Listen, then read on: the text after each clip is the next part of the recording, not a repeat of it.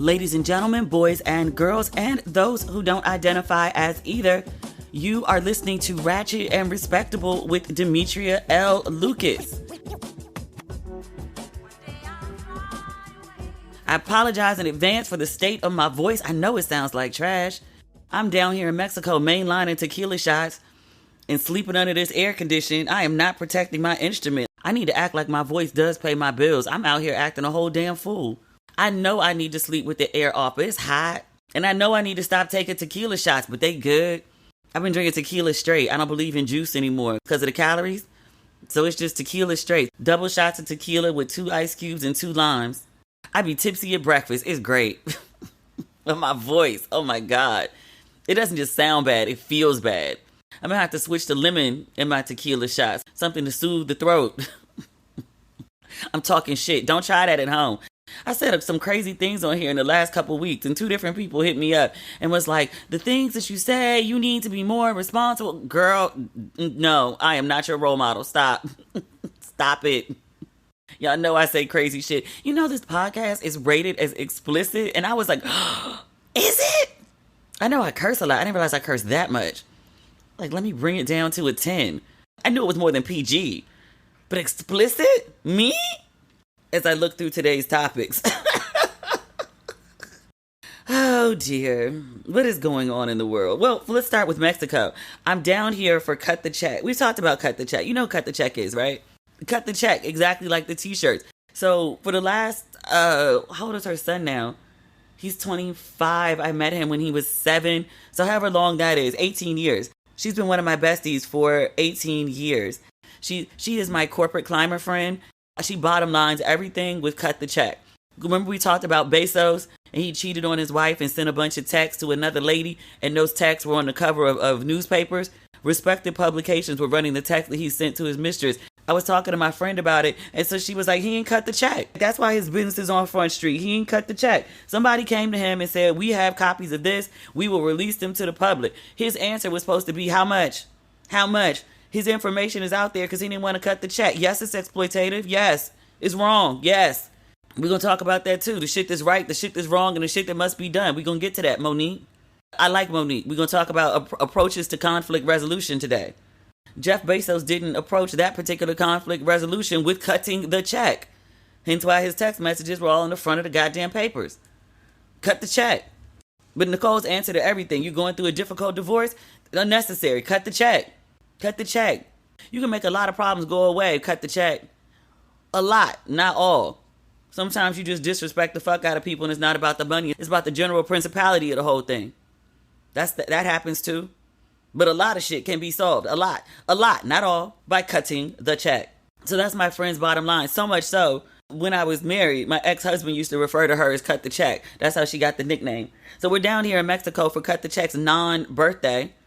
Her birthday's actually later this month. But we came down here for Memorial Day. Me and her son, and his girlfriend. Sweet, sweet, sweet girl. Beautiful girl. Beautiful son. Really good kid. I'm in official auntie mode. I was like, can you call me Auntie Demi? He looked at me like I was straight crazy. He's like, oh, now you want to be auntie. Now you want to be auntie. And I can't even be like, well, I'm buying these shots, ain't I? Because it's all-inclusive and I ain't paying for shit. Mind you, I just want everybody to know it's 11 o'clock in the morning and I'm completely sober. So if I sound like I'm drunk, it's because I've been drunk for like 4 days now. And I guess it's just, that's my default at this moment. But I'm completely sober. Like all I've had is water, not even caffeine. That's not the point. The point is, we went out last night to a really fancy restaurant, Harry's. And I wanted her to have the cotton candy. We needed an excuse. So I was like, well, your birthday's in 2.5 weeks. And she was like, my birthday's in 3 weeks. Okay, that's not the point. So we're going to tell them it's your birthday and you're going to get the cotton candy. So I tell the waiter, it's her birthday. So when it's time for the birthday celebration, they come out, they give everybody at the table a sparkler. They give her a chocolate cake with the sparkler attached to the cake. And I was like, but where's the cotton candy? And he was like, oh, I'm sorry, ma'am. There's no more cotton candy. We've run out. So many birthdays today. I was really sad about it. And I turned to cut the check. And I was like, unfortunately, they don't have any cotton candy. And she was like, when did you get like this? You're so calm now. You've never been like this. This is new for you. Before, I feel like you really would have had a fit about the cotton candy. And I was like, well, it's not my birthday. And she was like, nutcase, it's not my birthday either. This is the kind of dumb shit we on this whole trip. But it's a good trip. It's a little cloudy. We haven't had like a day of like big sun. I keep listening to that damn song, big energy. And now every time I talk about something, I describe it as big. But it's been a good trip. It rained a bunch yesterday and it drove us nuts. Towards the end of the day, it cleared up. And today, it's not big sun, but it's not raining. That's got to count for something. So we're supposed to have a spa day today. We might go see some cenotes. Allegedly, they're only 10 minutes away. The kids are like, you have to see the cenotes, D. I'm like, you know Auntie can't swim, right? I don't swim. Took swimming classes a bunch of times as a kid. Still can't swim. I keep saying I'm going to do it again as an adult. My manager went and took swimming classes. He learned to swim in like a week. That's one of those things I need to learn how to do. Maybe I'll go learn how to swim in Ghana because my hair is going to be in braids forever forth. Loose hair in Ghana is not the move, not for my texture. It just looks like a big puffball. It looks like cotton candy. All that humidity. It's New Orleans humidity, well, at least in Accra. I can't speak for the rest of the country. But yeah. So what is going on in our world? Again, it's Memorial Day. I have not been tied to my phone. I followed that Monique D.L. Hughley nonsense because it was unavoidable. But it's been nonstop shenanigans. Just a little bit of stuff that I have seen. I'm like, you people have lost your minds. What's happening? There's a really cute football player. I had to look up where he plays for because, I don't follow sports. Travis Kelce? Kelse? Kelce. He's a white boy. Big, wide white boy. He's 6'5", 260 pounds. That's a lot of man. White or otherwise. But he got a real cute black girlfriend. People were saying they broke up over the weekend. They said the black girl, real cute girl, Kayla Nicole. They said Travis and Kayla broke up. Allegedly. This is from Barstool Sports. They got a blue check mark too saying this nonsense. They said Travis and Kayla broke up because he kept making her pay half of everything in the 5 years they were dating. Travis came out. He said, that's crazy. He said, y'all crazy if you don't think I'm looking out for my baby girl. She's independent, but best believe she's straight. That means Travis is cutting the check. Nicole replied under Travis. She said, me, my man, and my $50 Zara outfit. Ain't mad at you, sis. Ain't mad at you. I got on some Fashion Nova right now. Me, my man, and my $50 Zara outfit are on a yacht in Tahoe, sweetie. Y'all concern is beneath me. If you don't think I'm going to start telling people y'all concern is beneath me, oh, please believe. You can call me all sorts of sedity bitches. That's fine. Y'all concern is beneath me. Don't come to me with dumb shit. She also followed up in her response to Barstool Sports. She said, not sure where y'all got this nonsense from, but it's absurd and very false. Now, there's women out here who pay half. That's between you and your man. I ain't got no commentary on that. But Kayla Nicole said she ain't one of them. And Travis said that's not how he roll. Stupid news. Stupid. I saw something with T.I.'s son. I don't care. And that's a child. I don't really like to give commentary on the under 21 set unless it's something positive. Like, it's one thing to talk about adult shenanigans, but children, it's distasteful. Unless they're doing like some really crazy shit. Unlike Yara Shahidi, she just graduated from Harvard. I follow her mama. Her mama done posted 50 million pictures, and I was like, yes, I would do the same. I would do the same. She's just as cute as she could be. Congratulations to young Yara. Pretty so. What other good news do we have? We have Mattel has introduced its first transgender Barbie, and the Barbie is designed after Laverne Cox. It's a cute doll. I don't know if it has all Laverne's features. It has her cheekbones, and it has her smile. I don't think they got the eyes right, but I'm not offended by it. This is, again, their first transgender doll. I imagine there are people somewhere flipping out about it. I haven't seen it, luckily. It's not on my timeline that I've seen people angry or upset about it. I feel like the trans kids need a doll too. They need to be acknowledged and know it's okay to exist in the world. I feel like this is another way to be inclusive. Let's go to Laverne's page and see what she said about the doll. I'm typing in transgender Barbie. Just type in Laverne Cox. Oh yeah, Laverne, because Laverne extra. That's why I like her. Laverne just had a 50th birthday party. 50? Did I read that right? I'm on Laverne's page and Laverne is saying she's 50. And I'm looking at pictures of her party and she has a half-naked man in pink shorts. Sorry, I got distracted. But no, she got 50 all over this party. Laverne is 50? She looks amazing. And not even like amazing for 50, just amazing, full stop, period. But she had a really cute birthday party in New York, and it was a Barbie-themed party. Everybody's in pink. The cake is pink. The background is pink. And Laverne, because Laverne is extra, we just established that. or Laverne has been established that Laverne is stepping out of what looks like Barbie packaging. She has on an all pink floofy dress. I've seen that before. Who did that? Teyana Taylor. Teyana Taylor's Sweet 16. She's over 30 now. Married with kids. She's 31 or 32. I still remember that girl's birthday party on MTV Sweet 16. Lo and behold. But yeah, Laverne is channeling Teyana and also, having her own damn Barbie. Is she dressed like the Barbie? Laverne is dressed like the damn Barbie at her birthday party. This is hilarious. I like Laverne. She's so extra. I like extra. When I say she's extra, I mean that as a compliment. She tickles me. She's so dramatic. She be dancing in her closet, doing like full Beyonce, what is it called? Not renditions, choreography. Ma'am, down to a 10. Oh, Cut the Check is returned. Do you want to say hi to the people? Hi, people. We talked about you earlier about how we're here in Cancun celebrating your non-birthday. Oh, Jessie. I be confusing them, and that's not good. Jesse Williams, he got an award. What was the award, though?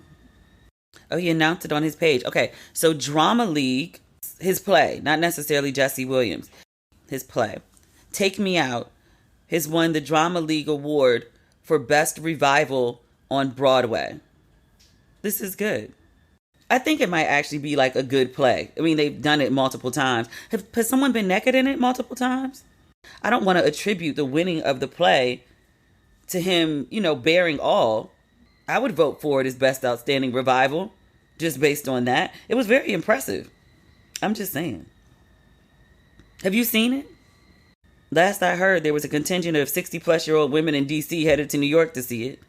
I still haven't seen it. I'm planning to go to New York before I depart for Ghana, so maybe I'll get a chance. We'll see. I'm going all the way to Broadway just to see some man's penis. This is what I call entertainment in my life. Dear. I'm currently on vacation and my away luggage has joined me in Mexico. All of my things have arrived safely. Away creates thoughtful products designed to change how you see the world. They started with the perfect suitcase, crafted with the features that make travel more seamless. And now, when even the familiar looks different, you can count on Away's range of essentials to solve real travel problems whenever you take that next trip. All of Away's suitcases are built to last, with durable exteriors that can withstand even the roughest of baggage handlers. 4 360 spinner wheels guarantee the smoothest roll, even through the most hectic of airports like LAX and stations. And one of the things that I love most about Away is they offer an 100-day trial on everything. Take the product out on the road, live with it, travel with it, even get lost with it for 100 days. If you decide it's not for you, you can return any non-personalized item for a full refund during that period. Start your 100-day trial and shop the entire Away lineup of travel essentials, including their best-selling suitcases, at awaytravel.com/ratchet. That's awaytravel.com/ratchet. No one likes waiting on a paycheck, especially when you've got bills due. Good thing there's Chime. Now you can get your paycheck up to 2 days early with direct deposit. That's up to 2 more days to save, pay bills, and generally just feel good about your money situation. This is my favorite part. Chime is more than just about getting paid early. It's also an award-winning mobile app, checking account, debit card, and optional savings account. So what are you waiting for? Hopefully not your paycheck. Get started with Chime today. Applying for a free account takes less than 2 minutes. Get started at chime.com/ratchet. That's chime.com/ratchet. Banking services and debit card provided by the Bancorp Bank or Stride Bank North America. Members FDIC. Early access to direct deposit funds depends on payer. So I guess we need to talk about Monique. Monique and D.L. Hughley and some other folks, not just the two of them, were doing a comedy show in Detroit over the weekend. Folks outside of Detroit got wind of this comedy show when Monique got on stage and had a temper tantrum, for lack of a better word. But she was upset that she was supposed to headline the show, and D.L. Hughley backstage with no cameras rolling, apparently, because we haven't seen footage of it. D.L. Hughley had a tantrum of his own about himself. He was supposed to be the headliner, and he said that he was not going on after Monique. He was headlining the show, and if he didn't headline, then he was not going to participate in the show. Monique decided to go on stage. Monique decided to have, again, a temper tantrum. And I call it such because she didn't get on stage and say, here are the issues that are happening, that are going on. This is why I'm mad.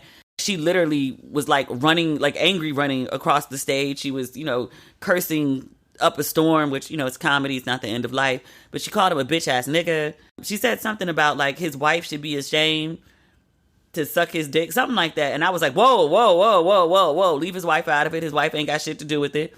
Which I've also seen people say that, it's comedy. So, it's all fair in comedy. And I was like, Remember Chris Rock and Will Smith? Like, I was like, no, like, comedians are not a protected class. You do not get to get on stage, even in your anger, and say whatever the fuck you want about anybody and then expect there to be no reaction. So Monique got on stage and she ranted and she was upset. I think she said, in black translation, has been to my home and ate at my table.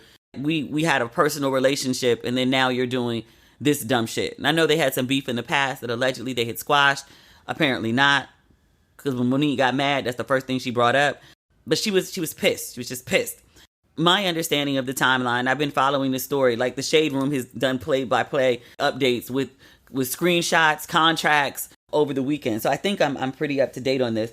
So Monique does this temper tantrum, and, it being a comedy show, people film it. The rant ends up on the Shade Room. D.L. Hughley responds, "You've had beef with everybody." And he makes a list of people, and he says, I guess, I'm next on the list. He takes a jab, like the role you played in Precious. I didn't know that was an autobiography. I didn't know that was the real you. So fast forward, they both end up releasing emails, contracts, deal memos, performance agreements, each one of them making their case saying that I was supposed to be the headliner.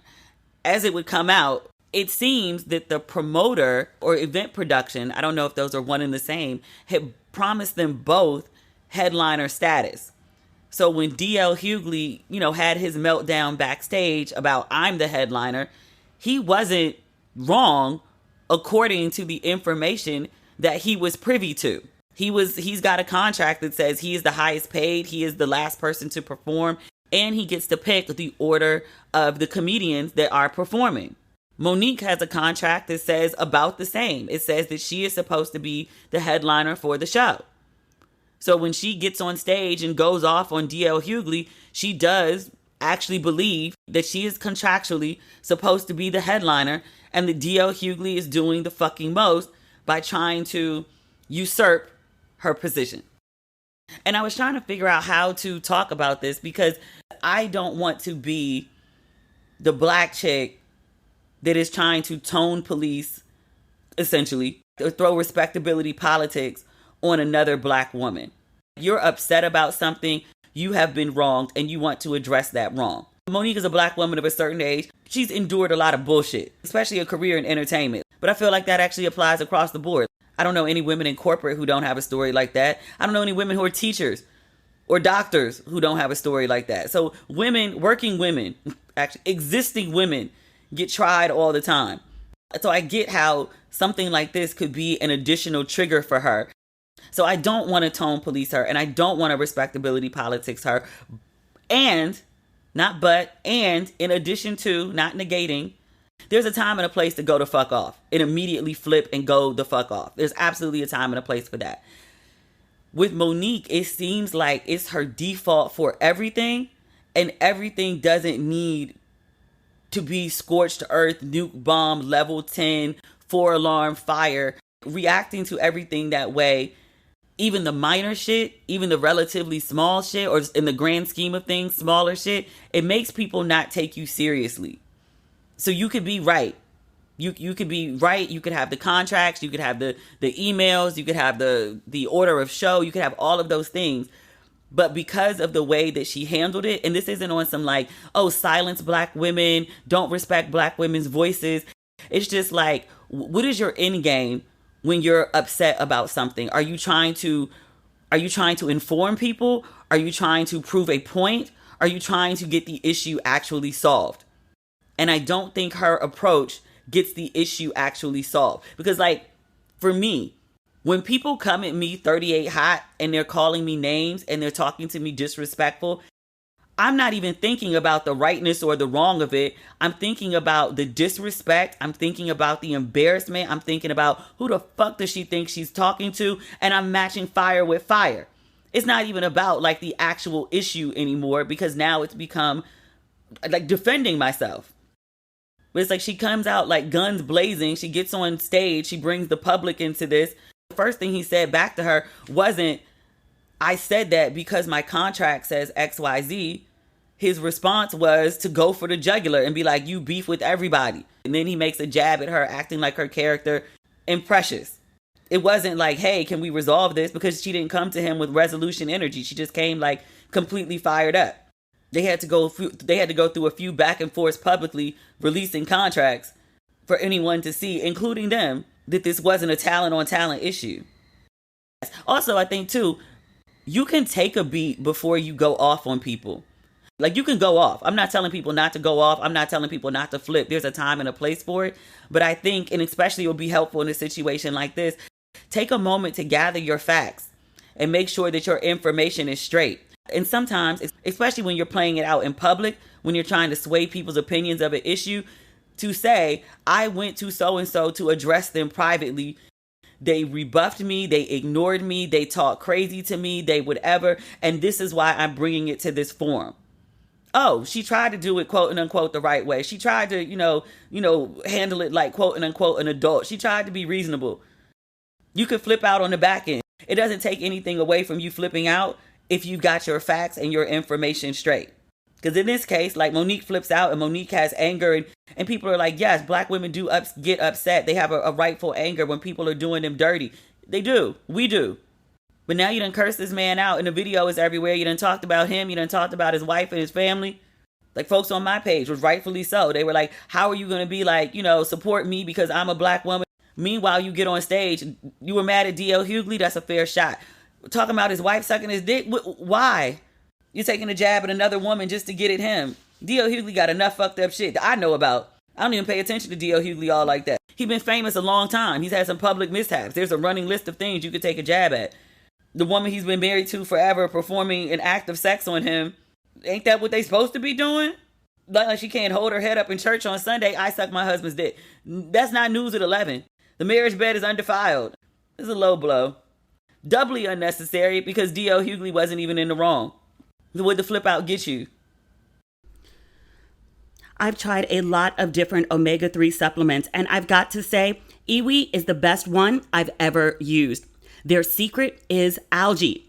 It's a whole nother level than plain fish oil. Here's why I love Iwi. Do you know where fish get their omega-3s from? Algae. With Iwi, you go straight to the source and skip the middle fish and the nasty fishy burps. Iwi's proprietary form of algae leads to 50% more absorption, the world's highest absorption of any source of omega-3.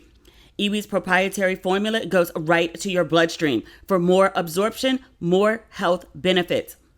In a clinical study, Iwi cholesterol helped reduce bad VLDL cholesterol by 25% on average in just 3 months. No matter how old or young you are, you can reap the benefits of Iwi. If you're all about that healthy lifestyle, then adding Iwi to your self-care supplements is a must to support your heart, brain, vision, and overall wellness. And what I love most about Iwi is all of their products are plant-based, sustainably sourced, and farmed in the United States. It's never too late or too early to start taking Iwi. Go to iwilife.com/ratchet and use code RATCHET to save 30% on your first purchase of any Iwi product. Take advantage of this limited time offer today. iwilife.com/ratchet. Code RATCHET for 30% off your first purchase. iwilife.com/ratchet. Code RATCHET. These statements have not been evaluated by the Food and Drug Administration. This product is not intended to diagnose, treat, cure, or prevent any disease. It can be such a challenge to find the motivation to work out. Peloton makes working out easy and convenient and fun. If it's not fun, why do it? Peloton knows you're more likely to stick to a workout routine you enjoy, so they make every class fun, so it feels like you're hanging out with friends. Nothing gets you moving like the perfect song, and every Peloton class is set to a bomb playlist. In the mood for club bangers, an EDM run, a yoga flow class with soul music, whatever you're into, you'll find the perfect soundtrack for your workout on Peloton. I love how Peloton fits seamlessly into my life. Whether I'm looking for a 10-minute upper body stretch or a 40-minute run before bed, Peloton works with my schedule whether I have 5 minutes or an hour, and I never have an awkward encounter in the locker room. Right now is the perfect time to try out Peloton. The Peloton Bike Plus is $500 less, its best price yet, including free delivery and setup. And there are more game-changing prices available on the original Peloton Bike and Peloton Tread. Visit onepeloton.com to learn more. From Wondery, Call Me Curious is a podcast hosted by Nikki Boyer that finally gives you definitive answers to life's burning questions. If you thought I was random, Nikki has me beat. We're on a 24/7 information overload on our news feeds, in our inboxes, on TikTok. It's so hard to know what is real and what isn't when it comes to health, pop culture, and relationships. That's why Nikki is bringing you Call Me Curious. Every week, Nikki dives into all the things you've heard about but don't really know about.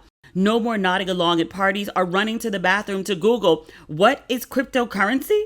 You'll learn and laugh along the way as she explores life's little mysteries and the internet's hottest topics, like does intermittent fasting work, or is it true you can't die in your dreams? You'll find out with Nikki and some of her hilarious friends on her podcast, Call Me Curious. Listen to Call Me Curious on Apple Podcasts, Amazon Music, or wherever you get your podcast. Or listen ad-free by joining Wondery Plus in the Wondery app. Now, also in fairness, because I think this plays into it too, D.L. Hughley, when he realized that Monique was trying to be the headliner, and this was in contrast to what he had in his contract, he didn't have to go nuclear. Monique says he was backstage having a tantrum. He was cussing and fussing in the whole 9 yards, threatening to pull out the show.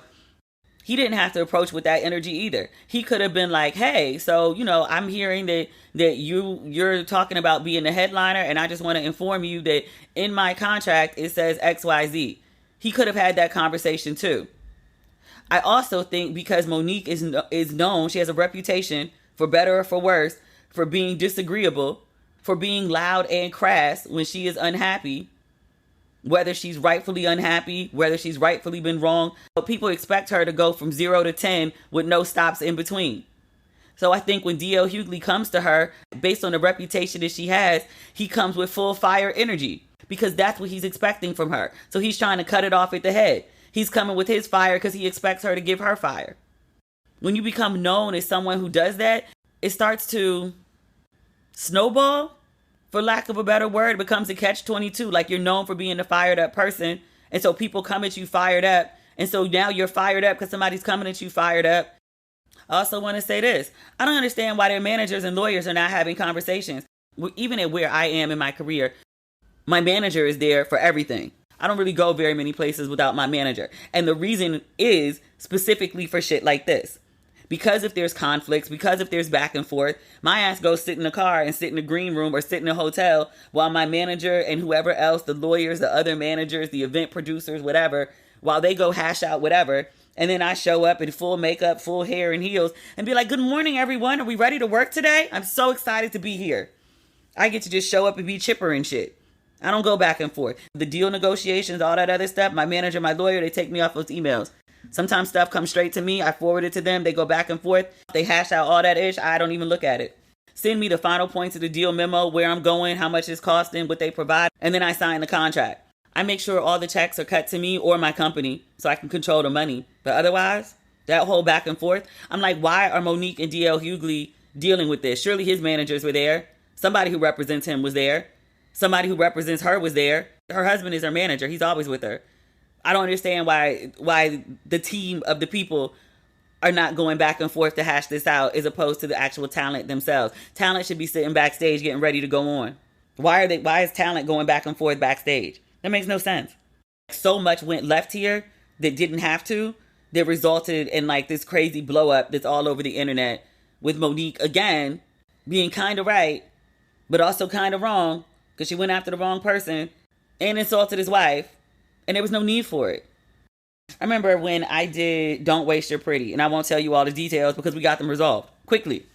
They sent me the very last edit of the movie before it was going to air. I want to say this was like Friday at noon, and the movie was supposed to air on Sunday. And they sent it to me, and I watched it, and there was an issue. Called my manager first and was like, oh, we have a problem. We got a problem. And she was like, call your lawyer. Lawyer gets on the phone. We have a problem. What's the problem? I laid it out and they were like, oh yeah, that's a problem. I ranted, I raved, I cursed, I went the fuck off. They listened. My manager said, I'm gonna reach out to high-ranking person. Okay. Manager reaches out, says, hey, high-ranking person, this is what we noticed. We need to get this fixed before this film airs on Sunday. High-ranking person was like, I see you, I feel you. However, there's another word for it, but closed the film essentially. So it's all the edits have been made. Everything that's going to be done to the film has already been done, and it's been sent off to network to air on Sunday. Because again, we're having this conversation on Friday. It's probably just over 48 hours before the film is set to like air everywhere. So she was like, yeah, I feel you. And yeah, we probably could have addressed this earlier, but you know, it's too late for it to happen. I was like, oh, no. Because you gave this to us at this time and I watched it immediately. It's not my fault. You closed it. This needs to be fixed. And I'm saying this to my manager. My manager goes back to the person again and was like, hey, here's the timeline. We did our due diligence. There's still a problem. This problem needs to be fixed. And she was like, again, unfortunate, not an apology, not in writing. Unfortunate that it happened. Unfortunate that she's upset, but nothing can be done. Manager comes back to me and says, this is what she said. She was like, she has a point. It's been closed and it's been shipped. There's really not much she could do. I said, not much is not nothing. Talk to the lawyer. I said, write what you need to write just so we have it. I'm going to call the head of the network. She's a friend of friends, one. We went to lunch together eons ago when she was courting me for something else. I'm going to call her and see what she could do. But we're going to exhaust all the options. Like they're telling us there's not much that can be done. Something can be done. Let's see what that something can be. I told you, I was pissed. I was ranting and raving. I had much big talk and much mouth behind the scenes to my lawyer and my manager. I had the head of network's business phone. I didn't have her personal phone. I had to call a friend she went to college with and was like, hey, I got a situation. Can I get XYZ's cell phone number? So I text her. I took the bass out my voice in that text. Hey, so-and-so, sorry to hit you on your personal phone, but we have a serious issue with this project. Laid out the issue, what it was, and I was like, I need you to address this. I need this thing that it's supposed to be. Please let me know how we can work together to resolve this issue. She hit me back immediately. Hey, Demetria, I see what the situation is. She's like, I just talked to legal. They're going to send me a copy of the contract. Let me take a look at that. And let's see what we can figure out. Thank you. She calls me 10 minutes later. She said, I'm looking at the contract now. And she was like, on XYZ page, XYZ paragraph, XYZ line, it says we have the discretion to do it one way or do it another way. Respectfully, I wrote the book. I did this. I did that. I did this. I did that. I made my case for her. Respectfully, I'm asking you to make the change. I know it's been closed. I know it's inconvenient. I know it costs you money. Respectfully, I'm asking you to make the change. She said, I'll send an email to XYZ. I'll take care of it. We'll make the change. An hour later, there's a knock on my door. They done sent me those like forever roses that last for 2 years. Those roses still sitting up on my dresser right now. They really do last for 2 years. They still smell like roses. They're still beautiful. I'm like, what kind of genetic engineering shit is this? That's not the point. The point is, they did what I asked them to do. They sent me roses afterward. It says, sorry for the confusion. Looking forward to a fruitful relationship for many years to come. We went the respectful route with the person that we were dealing with on a day-to-day basis. She said no. Had I turned around and gone to the head of the network, guns blazing, talking out my ass, sending her crazy texts, talking about her husband or her family, if I got on my social media and put up some crazy rant about they did wrong by me and they did this and they did that, do you think she would have made the change? Do you think she would have listened to me about anything else? And no. Do you think she would have worked with me for anything else? No. I did all my ranting and raving to my lawyer and to my manager. That's fair game. That's who you're supposed to rant and rave to. Call your mama, rant and rave to her. But when you actually trying to get shit done, who wants to put up with that shit? Yeah, you could be right. You could be absolutely in the right. You could be 110% in the right. Nobody wants to deal with that shit. I'll tell you also this. When I was at Essence, there was a running joke about people who've been on the cover of Essence 50 billion times. One of them is Nia Long. The other one is Mary J. Blige. I think Mary J. Blige at one point, was it 12 covers, 15 covers? I don't know how many times she's been on the cover of Essence, but no one has been on the cover of Essence more than Mary J. Blige. One, Mary J. Blige consistently drops hot shit. And for years, she was the headliner for Essence Music Festival. It was Frankie Beverly and Maze. He went away, and then Mary J. Blige was the headliner after that. So good reason to promote Mary. One of the reasons that Mary was consistently on the cover, one of the reasons that she was the headliner, one of the reasons that Essence was rushing to promote everything that she does, in addition to her consistently having successful projects, she's easy to work with. Everybody that you consistently see on a magazine cover, in a film, red carpet, all this other stuff, they're easy to work with. There might be some dust ups, some scuffles here and there. The situation I just described to you, it's run-of-the-mill shit. It was everything to me because it was my first big project. My manager and my lawyer, who've been in this business each for 20 some odd years, were very unfazed. They listened to me rant and rave because that's all part of the process. And then it was like, okay, so this is how we need to solve it. Let's come up with a strategy. I'm going to reach out to so-and-so. Stand down. No sudden moves. Nobody even had to tell me, Demetria, do not get on fucking Instagram and blast this shit. Stand down. Let us do what we're supposed to do. And then if that doesn't work, we'll discuss options after that.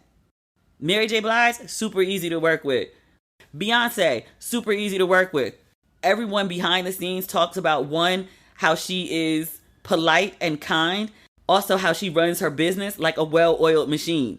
Here are the things that we need to make it happen. The list is extensive and it's expensive, but it also makes sure that every time Beyonce is photographed, performing, anything that she does is of high quality. There's a lot that goes into that. I know a bunch of people that work with The Rock in some capacity. They're like, yo, that's the nicest man I've ever met. Like, the way he appears on his Instagram or in public appearances and interviews, they were like, he's got a slick mouth, he's got an amazing sense of humor, but he's just a big fun guy that you'd like to hang out with. Everyone who's had a long-lasting career, one of the reasons that they have it, yes, they may be talented to certain degrees. Everybody isn't all that talented. Sometimes it's just they're easy to work with. Even when there's conflict, because there's always conflicts. That's part of the business. But they don't go scorched earth at every conflict. You can have a conversation with them to resolve shit. And it's not on some like, oh, I can walk all over you. I can just treat you however. It's like that either they are people or they have people that can actually be reasoned with when there's conflict and you can work the situation out, as opposed to like these big public meltdowns. I can think of maybe 2 people off the top of my head that might be considered difficult to work with, but the end product is so damn good that it's like people just deal with it. Queen Latifah's another one. Runs a tight ship, is expensive, and shows up professional, rehearsed, and ready to go. There's a reason that she's been working consistently for 30 some odd years. LL Cool J, never heard anything negative about him. Ice-T, same. Shows up, ready to work. Cut the check. That's really all he care about. He gonna show up knowing his lines, ready to work. He treats it like a 9 to 5. It's a business. People with 30 years of consistent work, it's not because they're assholes. And it's not because they never have any conflicts. It's because they have good people around them that fight their battles and they pick and choose what they go public with. I don't want it to ever sound like I'm saying that, like, you know, don't air your grievances, but there's a way to do so. There's a way to, like, maybe not when you're in the heat of anger, to address an issue. And obviously, just to be clear, I'm not talking about stuff like, you know, sexual abuse or sexual harassment. I'm not talking about like Harvey Weinstein, Matt Lauer, Bill Cosby type shit. Like scream to the high heavens on the loudest bullhorn and biggest stage you can find. Absolutely. But it comes to like petty shit though, you can address it at a later time. You can address it privately. You can go on a talk show and be like, yeah, there was this one time in my career that XYZ happened. It's not like you just have to eat it and stuff it and pretend it didn't happen. I like Monique. I think she's a very talented woman. I just want her to work on her conflict resolution skills. I get it. I get the frustration of feeling like you've been done wrong and you're not matching and you're not matching fire with fire. I get it. But at the end of the day, what does it get me? I think about Tabitha and Wendy. And we talked about this at the time it happened. And Tabitha was very much like a social media figure at the time. Like, people who are really into social media and YouTube knew who she was. I don't think everybody else knew who Tabitha was yet. She was well known. I don't want to take anything away from her. She was well known. But that Wendy situation put her in a different stratosphere popularity wise and respect wise. But like, Wendy just goes after this woman on social media who Tabitha's the most unproblematic person I've ever seen on social media. Like, the woman's just genuinely nice. It's not an act. Like, I went to her house like ready to be like, is this an act? And she was like, I've been through so much. I ain't got time to be fired up about a whole bunch of stuff that don't really matter. But Wendy says what she said about Tabitha, which is really kind of mean. I mean, not for Wendy. It was run of the mill for Wendy. But for anybody else, it would have been mean. And Tabitha responded to her with so much grace. So much grace. And her responding with grace is what went viral. And her responding with grace is what had my mom call me and be like, who this country lady with the afro that's praying for Wendy Williams? But she'd never heard of Tabitha. She knew nothing about Tabitha before that. But because of the way she responded to Wendy and the way that her gracious response went viral, that's how my mama and them was like, oh, Tabitha, okay. That opened her up to a whole different audience and a whole different payday. I'm not saying grace has to be the way that people respond. It's not the way I always respond. There are stories that people can tell you about me flipping full the fuck out via email, in person, on the phone. There are stories. And there are times to do it. I'm not saying don't do it. I'm just saying when you do it, try to be right. And make sure it's worth it. Because now Monique done flipped on this man. She and the public have figured out that, this was an event producer problem, not a D.L. Hughley problem. There's been no apology to D.L. Hughley that I'm aware of. I'm taping this at noon on Tuesday from Mexico. I've not seen an apology. All right. That's the episode for today. I was going to lie and say I was just going to the beach. I'm actually probably going to go to the bar and get more tequila. Because my voice feels better. My throat feels like less scratchy. It's still scratchy. You can still hear it. But I don't have to record again until Thursday. So hopefully my voice will be better by then. All right. We will speak later this week. I hope you had a great Memorial Day weekend. I hope it's sunny and warm wherever you are. It's still overcast here. It's not raining though. Thank God. Also, if you have not picked up merch from Ratchet and Respectable or Don't Waste Your Pretty, it is available on my site, demetriallucas.com. I think the Don't Waste Your Pretty mugs are $12. Most of the sweatshirts are between $30 and $40, which are down from $55 to $65. So pick up a sweatshirt, pick up a Cut the Check t-shirt, or Interested Men Act Interested, because I am moving to Ghana and everything in my warehouse must go. So pick up merch if you hadn't had a chance to yet. And otherwise, we'll talk next week. Okay, bye.